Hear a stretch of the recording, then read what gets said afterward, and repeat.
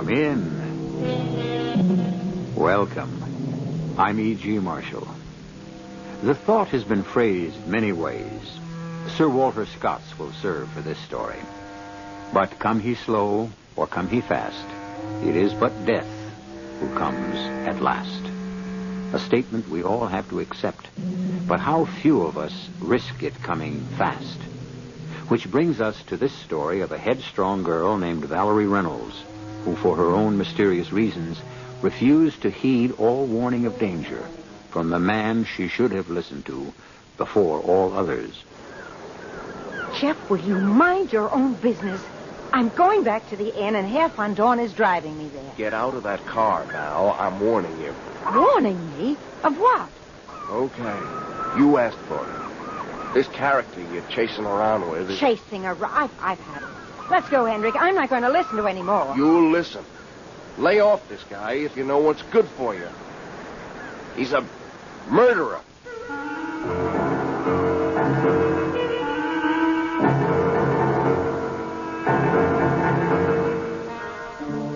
Our mystery drama, The Mills of the Gods, was written especially for the Mystery Theater by Ian Martin and stars Joan Copeland and Tony Roberts. On WABC.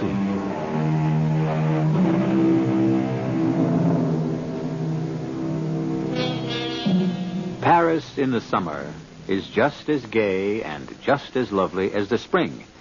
But like most big cities, it is hot. And it is crowded. Not so much with Parisians as with tourists.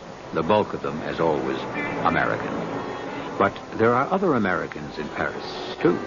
And if they are old hands looking for a familiar face, they head down the Boulevard Saint-Germain at the aperitif time for Les Deux Macots, the sidewalk cafe that is the crossroads of the world. Dick! Jeff! I can't believe it. You're the last person I expected to find here. And you're the last I expected to see. Why? Didn't Val tell you? What? Murder, it's hot. Just let me get something cool. Wait a minute. Didn't Val tell me? Yeah, but I was coming back from the Mid-East. Oh, well, she couldn't very well. Neither one of us have been in Paris. I went down to Antibes for a week to get out of the heat, and Val left nearly a week before me. Left? For where? Oh, some little hotel at Scheveningen. Den Haag? Yeah. Holland? Hey, but that doesn't make sense. What do you mean? Yeah, but I've been writing her every day, and I've gotten replies, and they were all postmarked from Paris here. Oh. I thought she was at the flat.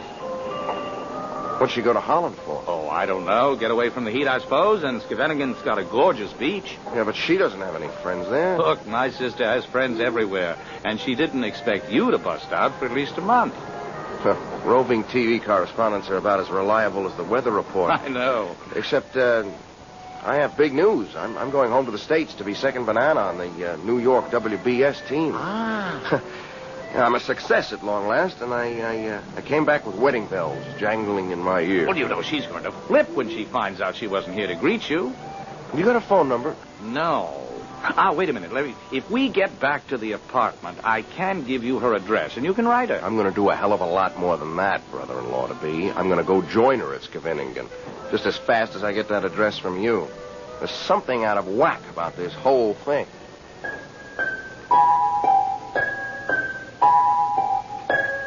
You'd have to know Val as well as I do to understand why I was worried.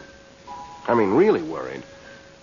First off, she's the most honest, open person I've ever known. Sometimes too much for her own good. And then she's reckless with herself. I mean, you don't become one of the world's top downhill skiers with 2 Olympics behind you without being that. And that's where I met her, skiing. Of course, I'm not in her class. At skiing, anyways. Also, she's rich. I mean, really rich, which is the only thing... Well, it's the main one, anyway, that's held up our marriage.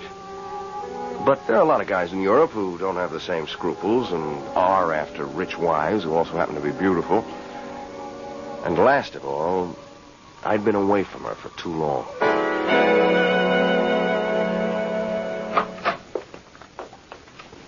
Well, at least the concierge cleared up the mystery about the letters. No, he didn't clear it up at all. He only made it worse.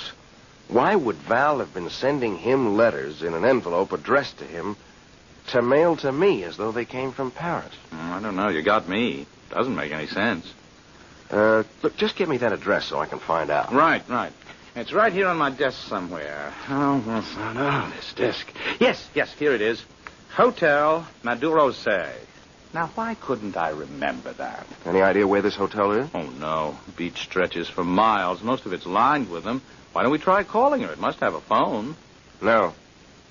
Jeff, look, nothing's gone sour between you two, has it? Not as far as I know. But there's something about the picture I don't quite like. One thing about your sister, she kind of stands out in a crowd. She won't be hard to find. The hotel turned out to be small and far to the south, but it led me to where I'm standing now on a sand dune just outside Zandvoort. It's a high, clean summer day with bright sun and glorious blue skies. But for me, everything's outlined in burning red, and the sand stings against my eyes. For at this moment, now, I'm watching the woman I love, Valerie Reynolds. The afternoon sun silhouettes all the long, clean lines of figure, tall and slim next to the big, powerful, bearded man beside her.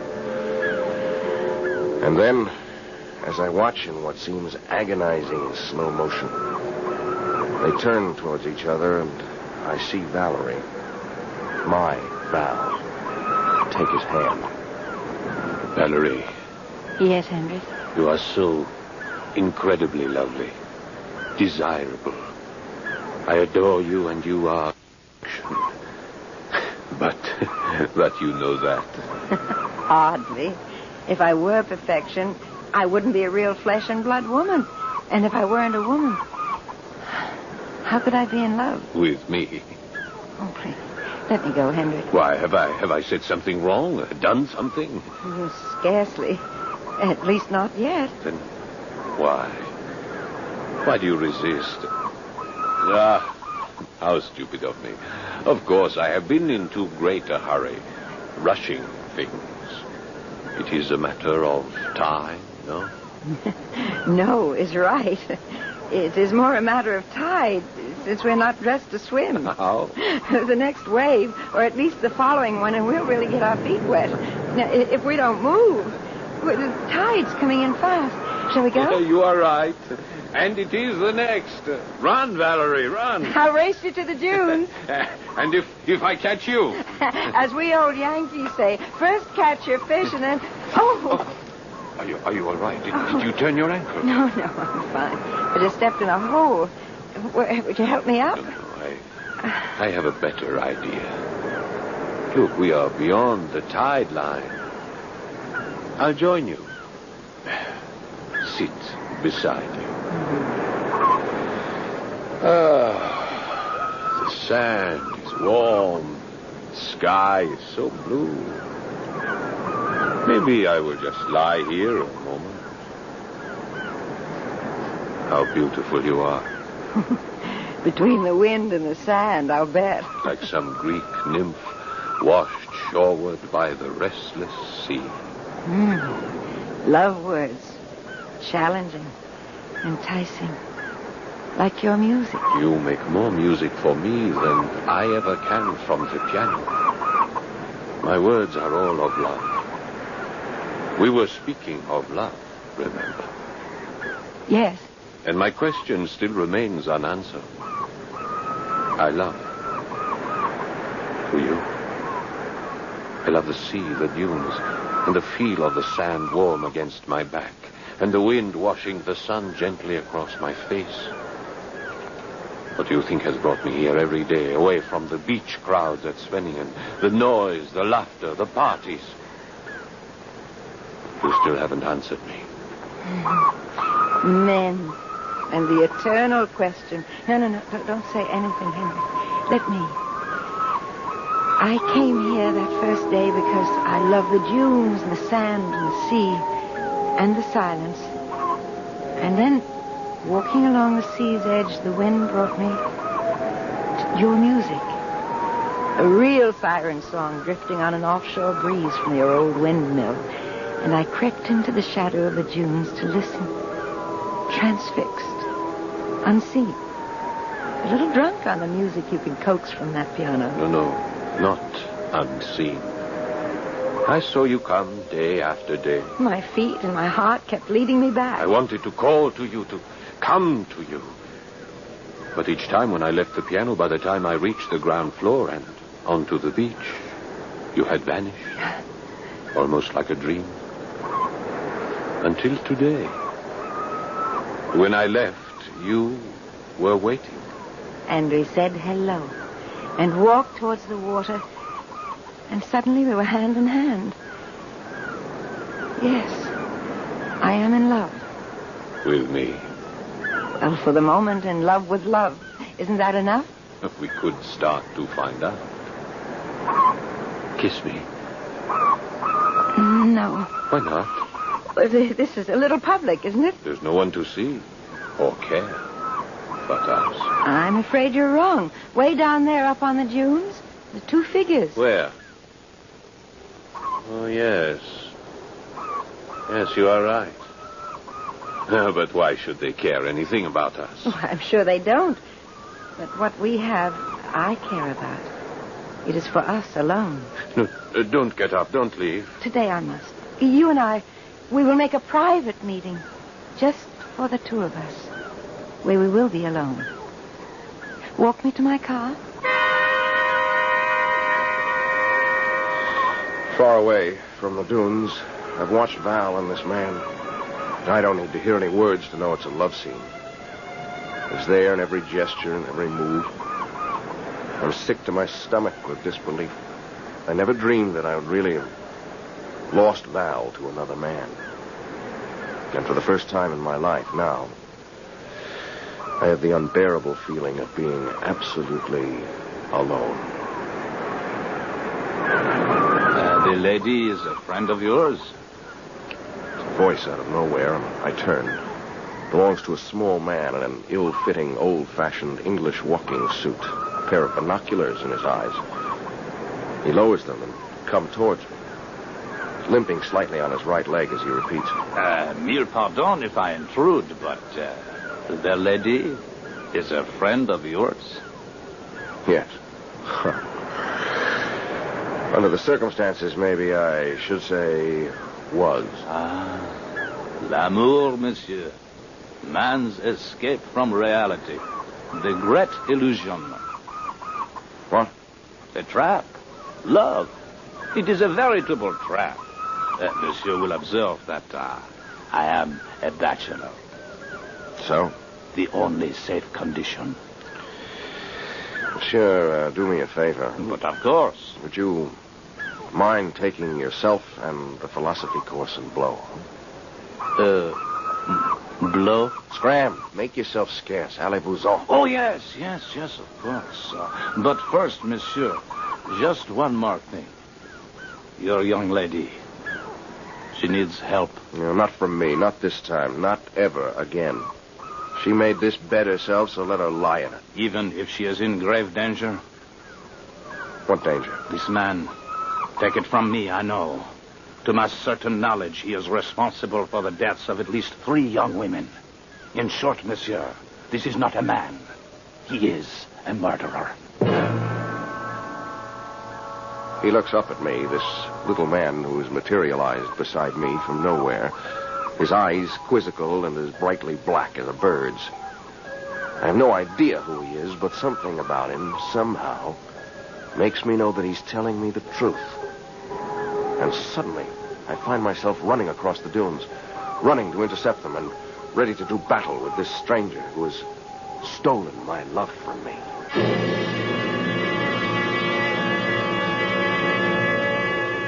Well, now, here's a nice tangled little web to unweave. With all the classic 6 questions on murder. Who is the little man with the limp? What is Hendrik Van Dorn after? Why has Valerie forgotten a man she so recently planned to marry? How is the murder to be accomplished, if indeed it is planned? And where will it be, or when? I'll return shortly with Act 2. To the Mystery Theater on WABC.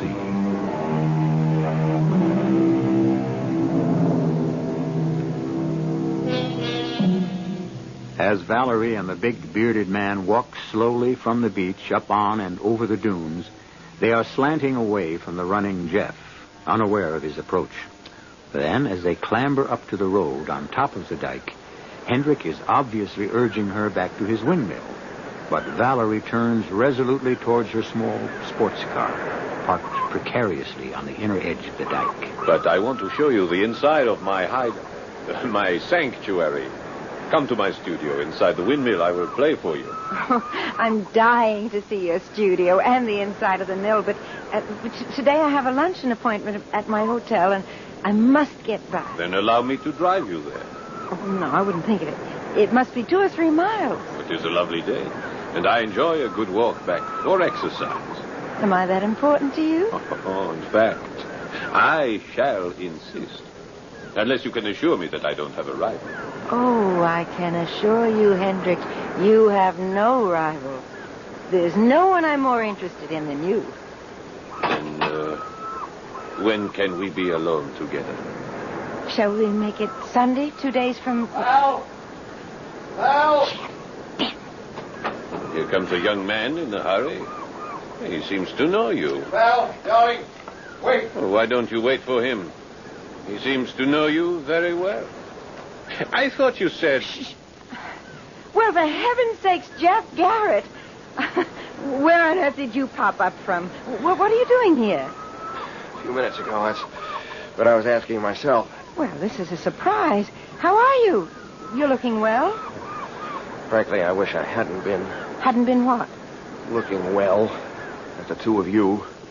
Oh, I'm sorry. I don't believe you two have met. Hendrik, this is Mr. Jeff Garrett, roving TV correspondent for World Broadcasting back in the States. A very brilliant young man. Jeff, this is an equally brilliant pianist, Hendrik van Doorn. Pleasure to meet you. I'm glad you think so. Well, the pleasure isn't returned. Jeff! Move over, Val. I'm driving you back to the hotel. Just a moment. I believe you are mistaken. I think Miss Reynolds prefers to have me drive her there. Not on your life, Bud. Jeff, what's the matter with you? Have you lost your mind? It seems to be about the one thing I haven't lost. Don't talk silly. Then you stop acting that way. I think you're the one who's acting out of turn. In what way? As if you owned me. Haven't I been given every reason to think so? Oh, all right. That's enough. I'm going back to the hotel, and Herr van Doorn is driving me. Get out of that car. Or move over. I'm warning you. Warning me of what? This character you're amusing yourself with. Amusing myself? Okay, brother, I'm not listening to any more. Oh, you'll listen to this. I'll lay off this guy if you know what's good for you. He's a murderer. Oh, well, now that really tears it. Hendrik, please, get in the car. Look, if you don't believe me, look at his face. If that doesn't convince you, ask... Get in, Hendrik. Ask who, Jeff? That little guy back there, the one with the limp. Hey. What happened to him? Where'd he disappear to? I don't know, but I suggest wherever it was, you beat it there, too. Oh, wait a minute, Val. Now, why don't you pay attention to me, you fool? Get away from me. There's never been anything between us, and I never want to see you again. That's really the way you want it. How else? That's just the way I want it. You've almost spoiled everything for me. Please, let's go, Hendrik. Your wish is my command.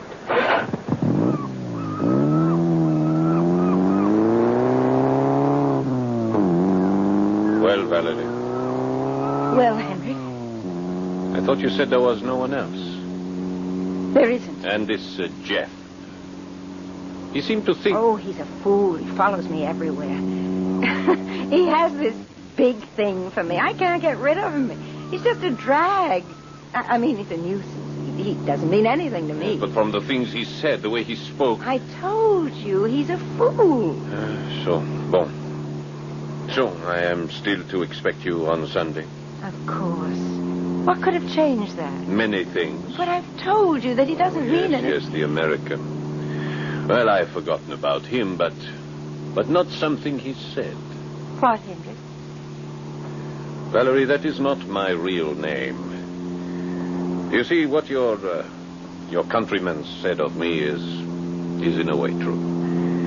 3 months ago, I was tried for the murder of my wife in Paris. I am French. My real name is Jean Rochelle. I know. And you were acquitted.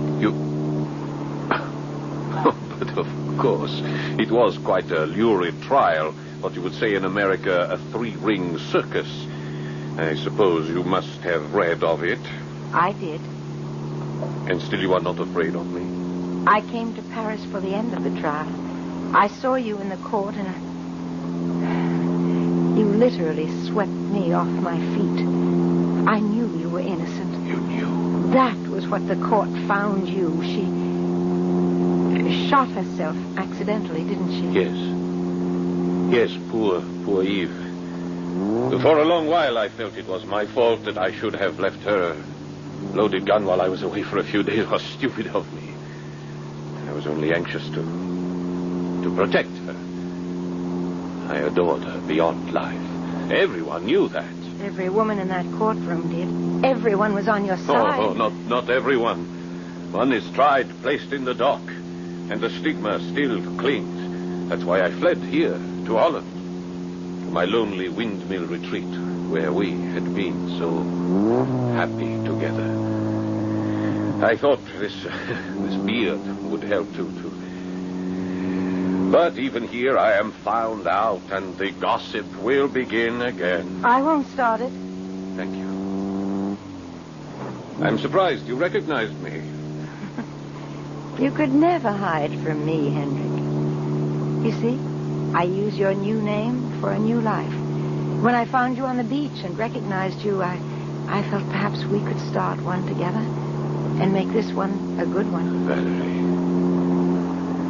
Valerie. I said I loved my wife, but I feel now I never knew what love meant till I met you. We'll find out. But here's the hotel, Hendrik. I hate to think of that long walk back for you. A dream. I will be walking on air.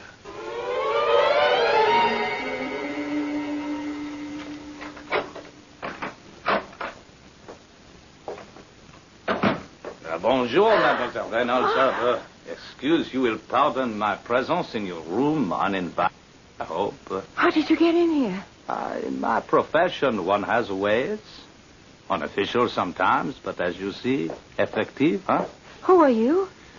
Permit me to introduce myself. Inspector Michel Beauvais, Paris Police. My credentials, here. Oh, the Sûreté. Uh-huh. Of course, the little man with the limp. Pardon?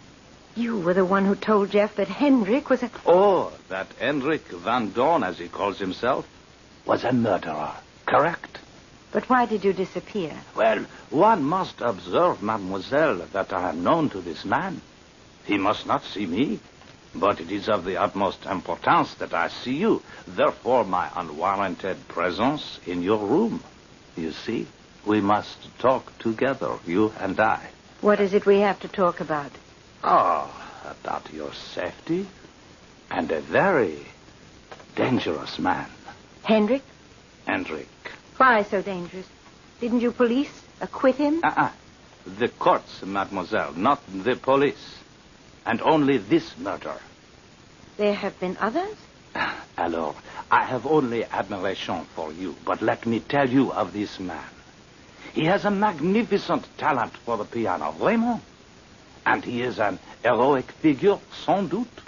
For years, he has used these gifts to trap, shall we say, at the least, trusting women. First, money and jewels, and when that is not enough, marriage, settlements that make him the one to inherit. And then, unfortunate accidents. 3 times that we know of, he has been married. 3 times a grieving widower. And each time, he is left richer than before. But that's incredible. Why haven't the police managed to... But the police, mademoiselle, unlike Hendrik or Jean Rochelle, or however you call him, are only human. He is very careful.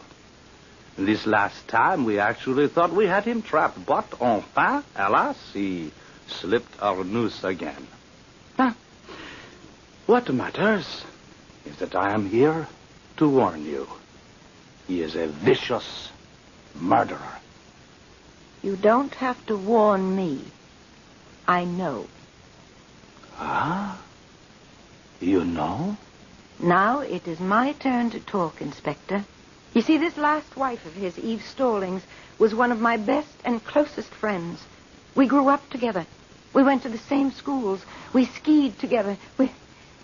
We were as close as sisters. Now, I was back in America because my father was very ill, but I knew that Eve had flipped over this Jean Rochelle. And it wasn't until I was coming out of the sadness after my father's death that I heard about her death and the trial. I left for Paris immediately. But why? Because I wanted to be a witness. I knew Eve could never have killed herself. Oh, so you believe, as I do, that this was no accident. Knowing that, how can you risk your life with this man you believe murdered your friend? He likes attractive, young, and rich women. I am young, I'm attractive enough, and unreasonably rich. Huh? And you had some idea of taking the law into your own hands? I can't tell you exactly what I had in mind. But I knew from a letter I'd gotten from Eve that they had this little hideout in an old mill at Sunport. Uh-huh. And the authorities seemed to be letting this louse get away with it. So while I was waiting for the man that I loved to return from the Middle East, I thought I'd try to measure up for Eve's sake. Mm-hmm. What was your plan? To rope him in if I could first, and then... And then what? When the whole Paris Sûreté, the police, had failed, how did you hope to succeed? Well, I might be able to make him confess the truth. Could we not work together, you and I? That brings me to a question of my own. What are you doing here? Like you, I am unsatisfied by the turn that justice has taken. Besides, it is my vacation. I am a bachelor. I have no ties. But no jurisdiction here in Holland. No, none. My hopes are as flimsy as yours. Until now we have met. Now I think together we could trap him if you would risk it. I do not think you have to fear him so much if you are not married to him. Married to him? I don't think that's Hendrik's general notion. Oh, but of course it is. Do not delude yourself for a moment. He has not recognized you. You satisfy the two cravings of his soul. Soul, if he can be said to have one. What? You are very beautiful and very rich. Parbleu, you are the perfect piece of cheese to catch a... Mademoiselle will, comme on dit, forgive the figure of speech, huh? If I looked strange, it wasn't because of that. It was Jeff. The headstrong young man I met earlier. Huh? I've hurt him so terribly. How can I find him to explain? Don't worry. You must allow me to do that. No. I want to do it myself. Now, trust my instinct in this, please. For once, it would be better for a policeman to do it than a woman, even one so desirable as you. Now, let us make our plans together, how we must trap this rat.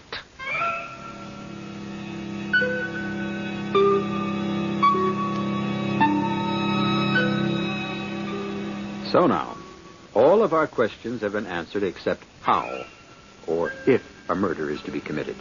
Or rather, how it may be prevented if the rat is not deceived by either the lure or the trap. As I said in the beginning, this is a story of a headstrong girl. Let's hope she's strong enough not to lose her head. I'll return in a moment with Act 3.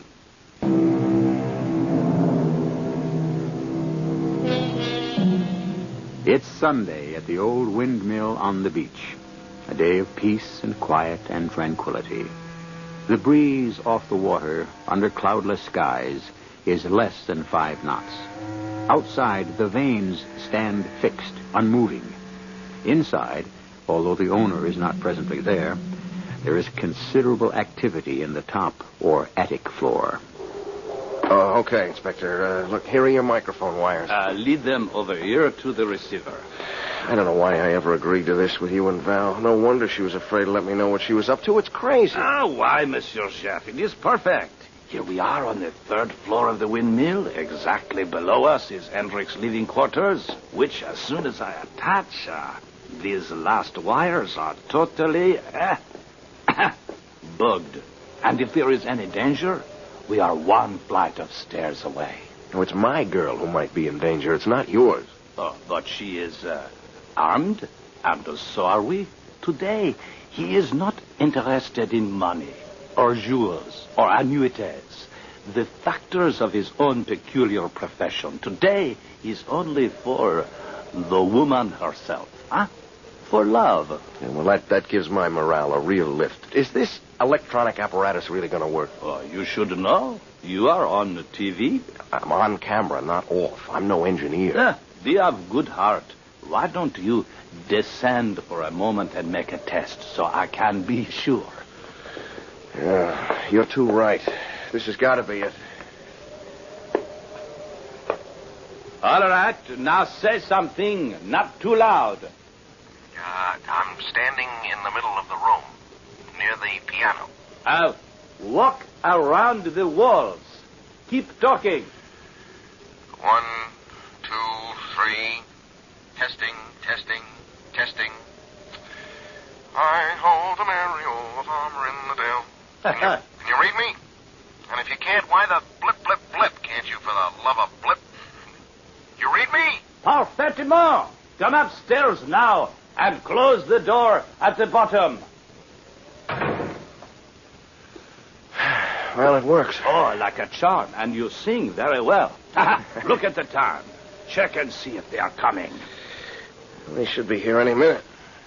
Do you see any cars on the dike? It's kind of hard to see. One arm of the damn windmill stretches right across the window. But you can see through the weather vanes? Sort of. Uh-oh. What is it? Looks like his car. Yep. They're almost here. Eh bien, from now on, we must be as quiet as the grave. Check. I just wish as long as you're showing off your English, you'd picked another figure of speech.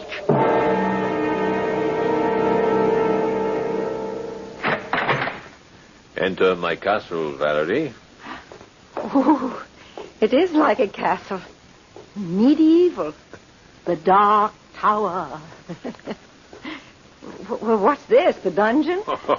Nothing so terrible. This is where they put the flour in the bags. And that great wooden chute that comes down from the ceiling? The millstones ground the grain and fed it down that chute as flour to be bagged. Oh, it's a strange, musty smell. Oh, upstairs we will be away from it. Come. There are hundreds of old flour bags dried out and rotting away. I keep meaning to have them moved. They are a real fire hazard. Oh, these stairs. They're never ending. I must apologize for my strange quarters. I think it's exciting. And it's romantic. Excuse me. This is my studio and my living quarters. You will find it more comfortable, I think. Oh, it's so wonderful. And how unique. So those are the millstones. Ooh, this one from floor to ceiling. It must weigh tons. How does it work? Well, there used to be a grain elevator that brought the rough grain up here and through a chute so it passed between the big turning stone and the other beneath it on the floor. I cleared everything out but the stones. Oh, do the stones still turn? I'm afraid not anymore. The sails are long ago rotted out from the vanes. You know the big arms that caught the wind? Mm-hmm. And the machinery is old and rusty. Oh, it's fascinating. I'm glad you find it so. You don't? That was yesterday. I am more interested in today. I find you much more fascinating. In time, Hendrik. In good time. Yes, but I promised to play for you. What would you like to hear? I leave that up to you. Play as you feel. As I feel. Then it must be this.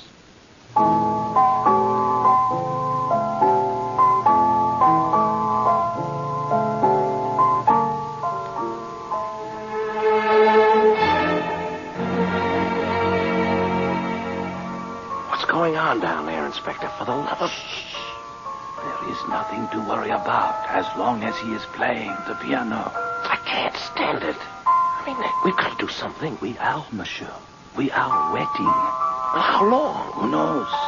The trap is bedded. We are waiting for the rat to make himself ready to bite.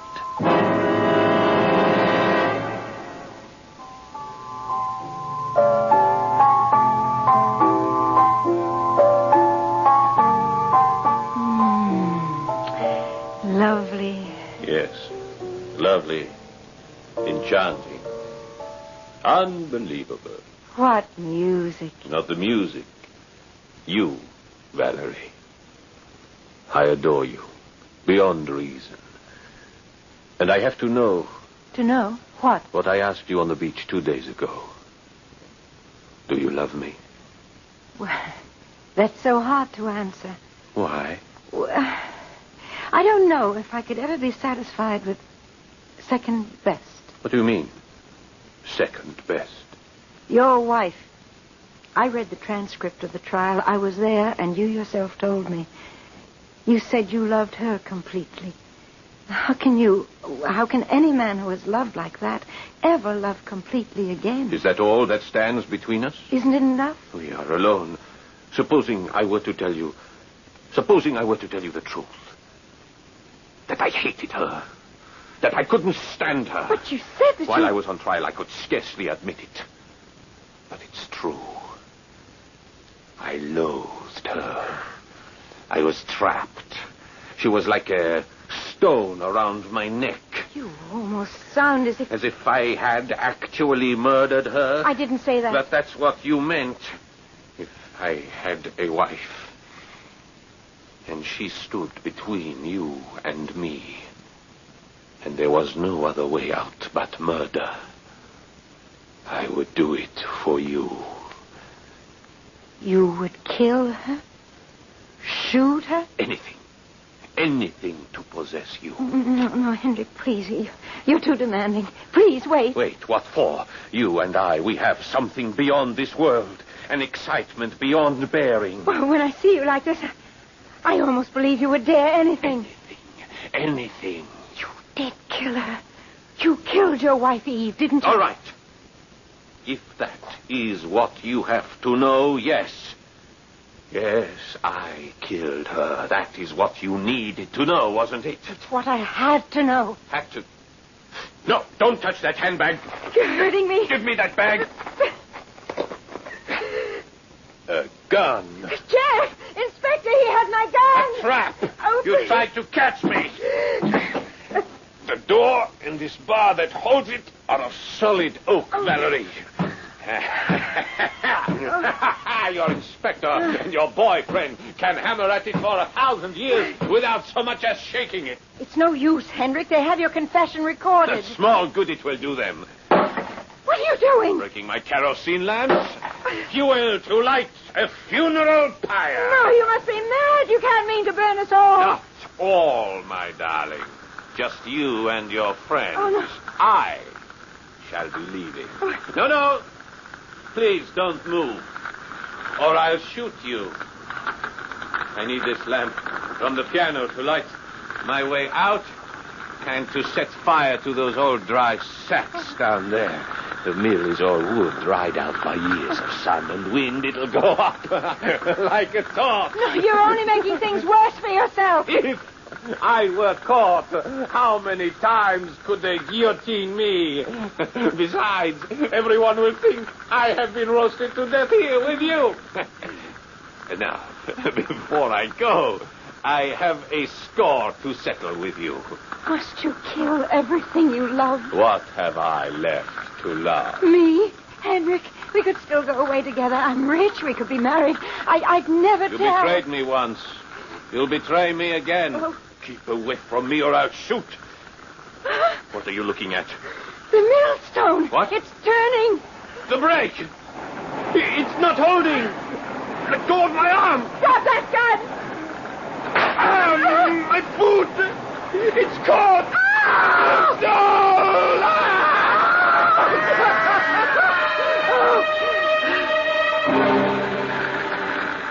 Can't we do anything for him? Take it easy, darling. You couldn't get within 50 yards of that blaze. When the roof went, it became one enormous chimney. Don't waste any tears on him, Val. No, I'm not. He deserved to die, but not the way.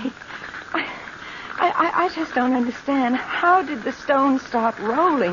What started them? I did.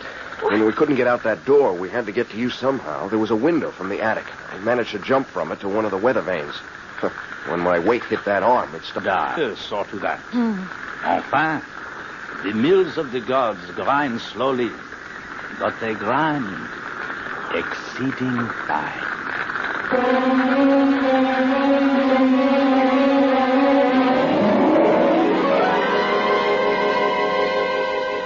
The inspector's words were prophetic, for the fire was never brought under control, and the old windmill burned to the ground, a mass of charred cinders and ashes.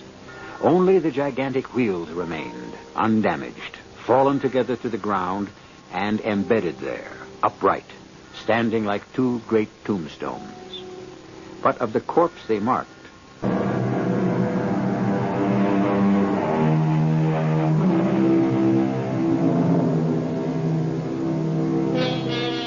one parting note you might find of interest. The famous lines the inspector quoted were originally written by Friedrich von Logau. Longfellow only translated them in a poem called Retribution. And there are two more lines which are not so familiar, but in this case very apt. Though the mills of God grind slowly, they grind exceeding small. Though with patience he stands waiting, with exactness grinds he all. Our cast included Joan Copeland, Tony Roberts, Paul Hecht, and William Redfield. The entire production was under the direction of Hyman Brown.